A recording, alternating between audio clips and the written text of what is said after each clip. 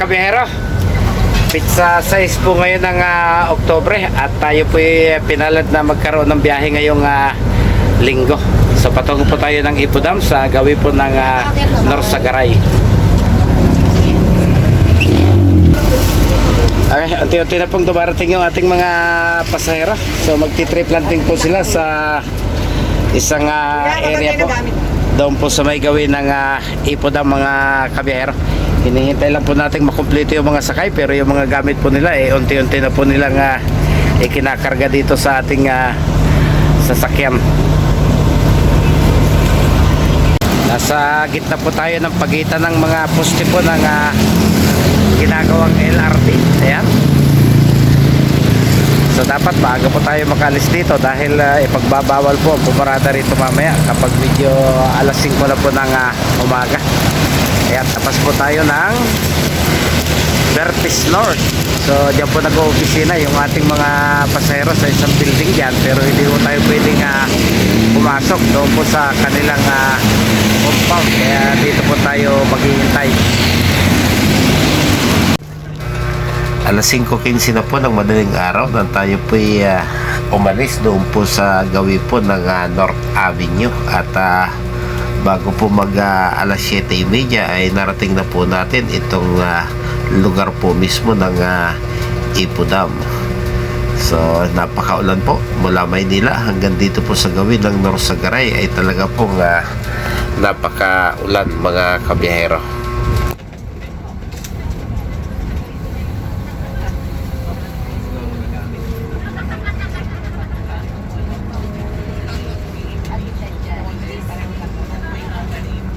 Saan po tayo? Kaliwa? Kaliwa po.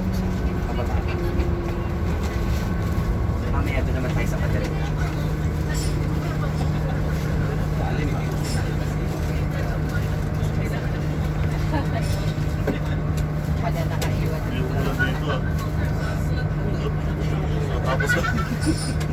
Taas nga daw ng ilog. Ano? Hindi mo lang dito, kakatapos lang. Kakatapos. Napuhusan na siguro dito.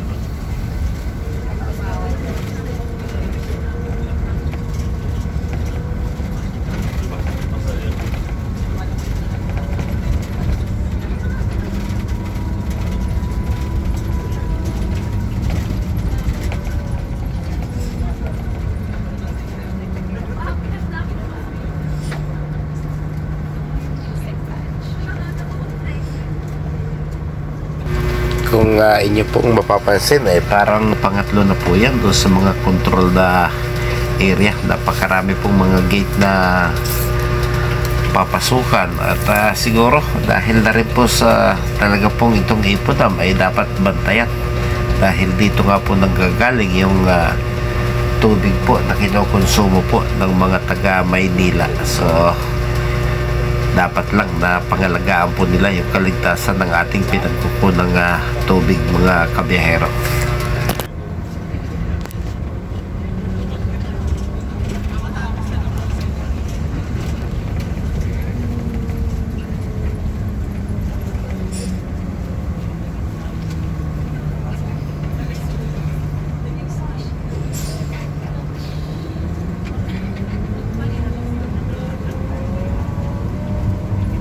Sa baba ko yung kutan dyan.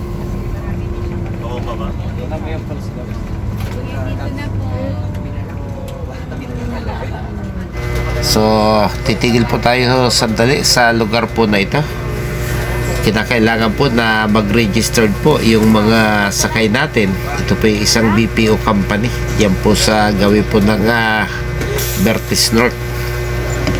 So pagkatapos po nilang mag-registered, saka naman po sila magtutugo doon sa area kung saan po sila magsasagawa ng kanilang tree planting, mga kabiyahero.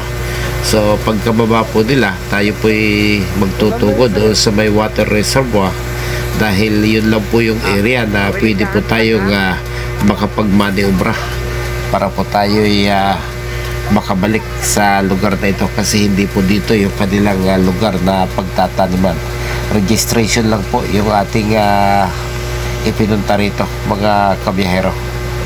Okay, nakababa na po sila at tayo rin po ay bababa patungo po dito sa lugar kung saan po tayo pwedeng magmaniobra. At dito nga po yan sa isang bahagi po ng Ipodam Water Reservoir, mga kabiyahero. So pagkatapos po natin dito, tayo po ay magmamaniobra at babalikan po natin yung ating mga pasahero kung saan po natin sila ibinaba. So pansamantala, ako po ay magpapasalamat na sa inyo at yung pangalawang bahagi po ay aking ihahatid sa mga darating po na araw, mga kabiyahero.